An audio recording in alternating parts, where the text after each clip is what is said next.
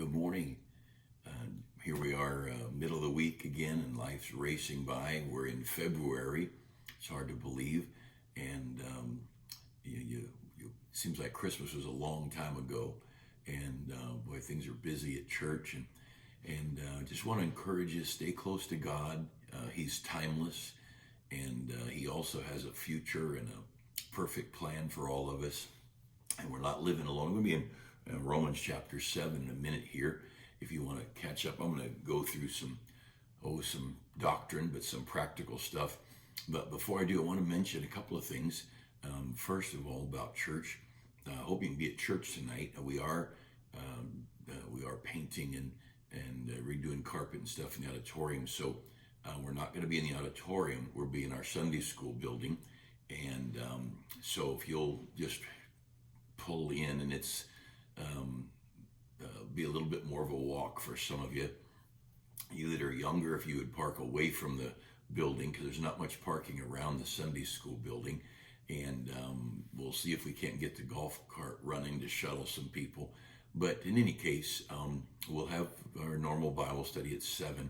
And the men's, we're going to be divided up. I'm going to have the men, teenage boys, and the adult men with me, and some others are going to be speaking these 2 Wednesdays. And so we'll have kind of a mini men's conference, just talking about what it means to be a man, and especially next week, a little more focus. This week we're doing a lot of work. We're putting in long days physically, and I normally work long days, but I don't normally work long days physically.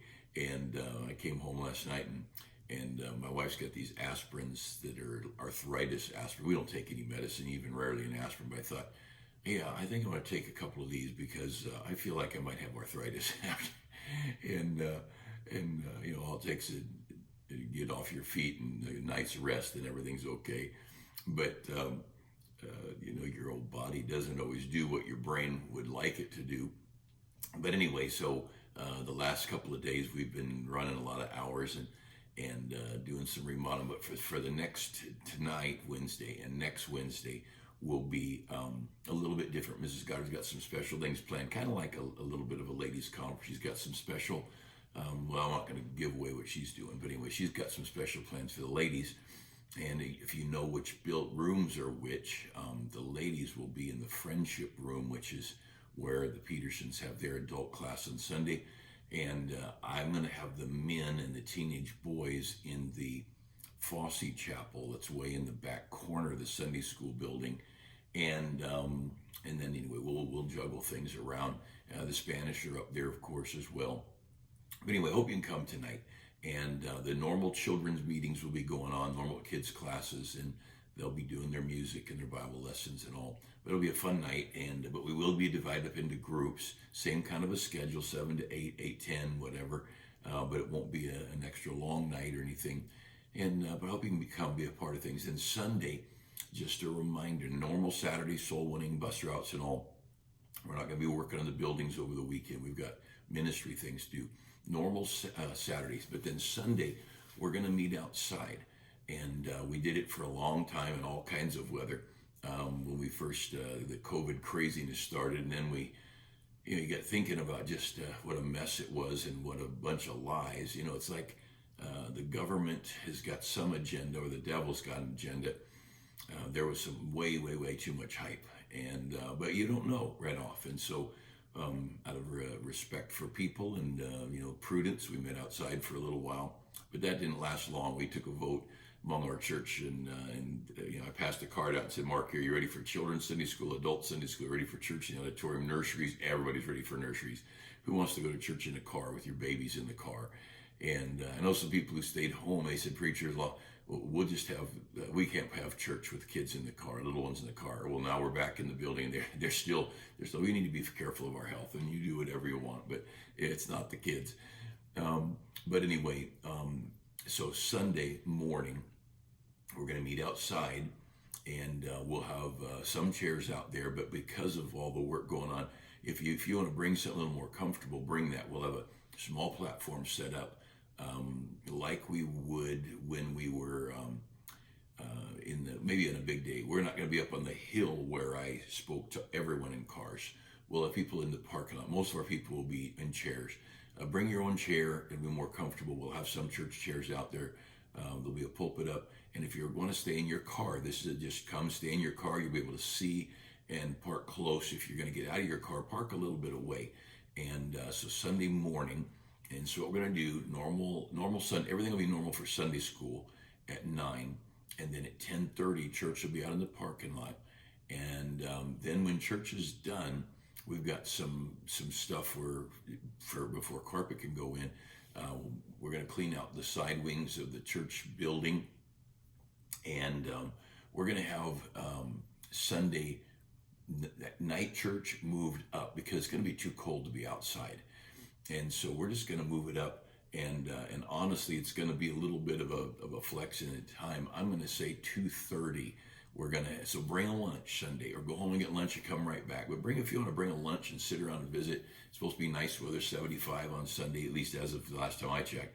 But church, 9 o'clock Sunday school, 10:30, the church service, and then we'll do some work around the place that needs to get done in order to finish up, get ready for just cleaning out the kids' rooms and things in the nurseries. All the nurseries have to be emptied Sunday afternoon, which means I don't know what we're doing with it. We'll probably save the nursery for Sunday night. That'll be the last room we'll empty, because Monday morning they're going to come putting in carpet. So anyway, a lot going on. But so we're not going to have an evening service. We're going to have more Sunday school, church, lunch, a little bit of work, and we're going to have afternoon church like the old-fashioned days when you had church and food and church, and then you all went home. So we'll be home before dark. We'll be home before it's cold, and if it's God chooses to rain on us, we'll split up like we've been on Wednesdays or something. But just so you know, no 6:30 church on Sunday, no choir practice, no teachers meetings, any of that stuff, and then Monday the ball gets rolling and get new carpet. And the following Wednesday probably will still be split up. That's the plan. And then the next Sunday debut, everything will be back where it belongs. So anyway, that's great. Look over, if you would, to the book of Romans, and Romans chapter 7. And my morning, I already had some juice, I suppose, this morning, but sometimes something hot helps my voice get going. And we're running a little bit late today, but that's okay. You'll figure it out. It's still dark outside, so it's okay. Romans chapter 7. I want you to look at a verse or two with me. Look at verse 15. For that which I do, I allow not. That right there seems a conflict with himself. For what I would, that do I not. But what I hate, that do I. Now we're going to keep reading. Paul said, the thing I don't want to do, I end up doing. And the thing that I do, I hate. And what I want to do, I don't do. And there's this conflict going on. And you ever wonder, maybe I still will, but preach a sermon on why we worry. Then I realized, well, it could be added to that. That is why we worry. Why do we get bitter? Why do we get jealous? Why do we envy? Here I am, a child of God, and why do I get hateful? And I don't feel that, but some people do. We've all got our besetting sin. Hebrews 12 talks about. Why do I have this anger problem? Why do I have this faith problem? I just worry all the time. Well, look at this with me, and not the sermon, just a few minutes here this morning. Verse 16. If then I do that which I would not, I consent to the law that it is good. Now then it is no more I that do it, but sin that dwelleth in me. So that's that sin that dwells in us there in verse 17. That is the thing that causes us to do wrong. Now, you've heard me talk about this before. You get saved. You're born a body. We all get this body. The real us lives inside us. And then we have a soul. The soul is my personality, my emotions, my feelings. That's my soul. But the spirit is dead. Remember, God told Adam and Eve, the day you eat thereof, you shall surely die. Their spirit died. So the man was a body, soul, spirit. And then when the spirit died, they were a body and a soul. And so every man today is born a body and a soul. Mikey and Emirani Payne had their little baby girl. That baby girl was born with a body and a soul, a dead spirit.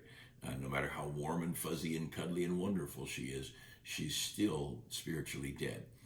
My son, Josiah, our youngest, and his wife are about to have a baby any day. Maybe today, kind of like the Lord's coming anytime. And that baby will be born with a body and a soul. They must be born again. That new person gets born. So when there's a new birth, now there's the soul, that old man, and then there's this new man, and not exactly just the soul, but that's basically there's this old dead person we're reading about here, and this is I'm being a little bit maybe a little bit simplistic, but it's early to be more than simplistic. So if you look at verse 18, for I know that in me, that is in my flesh, dwelleth no good thing. For the will is present with me. The times you want to do right and you plan on losing weight, or you plan on being at church on time, plan on reading your Bible each day. The end of verse 18, is present with me, but how to perform that which is good I find not. And I just really want to do the right thing, but I can't find the will sometimes. And maybe you do well with one area and I do horrible. We've all got these areas we wrestle with. And then in verse 20, now if I do that, I would not. It is no more I that do it, but sin that dwelleth in me. There's this sinful man that lives inside me, but it's not me. It's not this new me. That's not the new man. Let's go down to verse 23. But I see another law in my members, warring against the law of my mind, bringing into captivity the law of sin which is in my members. So there's this law of sin in me, this sinful man in my mind. I get this plan, I get this I want to be and do and accomplish, and then there's a war going on in this old man fighting with my want to. And then he says in verse 24, O wretched man that I am, who shall deliver me from the body of this death? So we're stuck in this thing. And you're gonna worry, and not everybody worries, I'm sure, but worry is an issue for some, and worry is nothing more than doubting God. And we do get angry, and that's we don't feel like God is involved in our world enough to keep a grip, so we've got to throw a fit and cuss and yell and punch people, and hopefully that'll make things better, which it never does. Of course, neither does worry. And so we start talking about this battle going on. Over in the book of 1 John, it says this, he that is born of God sinneth not. And the Greek and Hebrew teachers at Bible colleges and universities, you read the average book on that, they just throw fits. They can't figure it. So they've got to go into some original language, not the original manuscript, because no one's got those, but they say they do, they act like they do. But what they'll teach on that is, he that is born of God sinneth not. And they'll say, well, sin, it's in a linear tense, which is like a flashlight beam. It starts here and goes on and on and on. And they'll say, he that is born of God sinneth not, means sin's not continually or sin's not repeatedly. And I've heard people say that, and I think, you dummy, look at your life. Tell me you don't have a sin you wrestle with. Tell me you don't have some sin you struggle with on a regular basis. Now, I might have gotten over this, but I'm still wrestling with this. If they would just read their Bible and trust it. I've got such a problem with these Bible colleges. I really love pastoring. I love what I'm doing. But when I on occasion will teach a few days here and there, or maybe a whole semester at a Bible college. And I've had the privilege of teaching at several colleges, but some at Brother Meyer's church there in Long Beach Pacific Baptist, and what a great place. I love teaching, but we don't have to you don't have to know Greek to figure the verse out. He that's born of God, that new man, that born again, John 3, Jesus said, except the man be born again, he can't see the kingdom of heaven. That which is born of God, this new man, he doesn't sin. That is the simplest thing to understand. This old man, he's a sinner. Flesh and blood, Paul wrote, will not inherit the kingdom of heaven. When Jesus rose from the dead, and he said, look here, put your finger in the hole in my hands, and put your hand in my side, and stop being a doubter, Thomas. Well, there was no blood, there was flesh, there's no blood. There was flesh, there was bones. He ate. He said, you got some fish and some honeycomb, and then he ate. And to see this new man, of course, Jesus didn't have an old man, but he did have a body. And you and I are stuck with this sinful body. And so the war that goes on inside us, I would love to say, what? Is God dead? Do you have to worry? Can we not just step back and trust that God's in charge? And then I worry. And, and with that sick stomach, that sleepless night, that emotional stirring going on inside us, that lashing out, that desire, you're saved, and that desire for drugs, to go back to that old habit, or the bottle, for liquor, and you just decide you're gonna do well, and you're gonna do right, and then that old sin rears up, and you might. I know people they'll doubt their salvation, and then I know the arrogant who will doubt someone else's salvation. How could my husband this? How could my wife this? How could my teenager do these things and be saved? Well, because they got this old person inside, and that old sinful man he'll worry, and he'll doubt, and he'll get angry, and he'll get bitter. Covetousness, one of the most spoken of sins in the Bible, from our 10 Commandments, thou shalt not covet. Oh, the covetousness for things. What's the point of coveting things? The new man knows that the things that are eternal are what matter. And so the battles that you face, I just want to say, I'd love to be able to snap my fingers and have you not worry. But I'm just going to tell you, as long as we've got this old man, the war, that verse Paul said, verse 23, I see another law in my members, warring against the law of my mind and bringing me into captivity to the law of sin. There's a war going on. And if you're saved, you've experienced that war, because your new man desires spiritual things. Now, if you shut the new man down enough, and you push away the Bible, and you push away church, and you try to, I don't need that, you may be saved on your way to heaven, and you've so resisted the Spirit of God that this old man is totally in charge. That's very possible. But then you get those moments, godly people like Peter, who just at the moment when he got under the strain, denied the Lord 3 times. And all the apostles fled. And when Jesus in the garden, he said, if I'm the one you want, let these go. And the disciples all ran, and fulfilling the prophecy, I'll smite the shepherd and the sheep shall be scattered.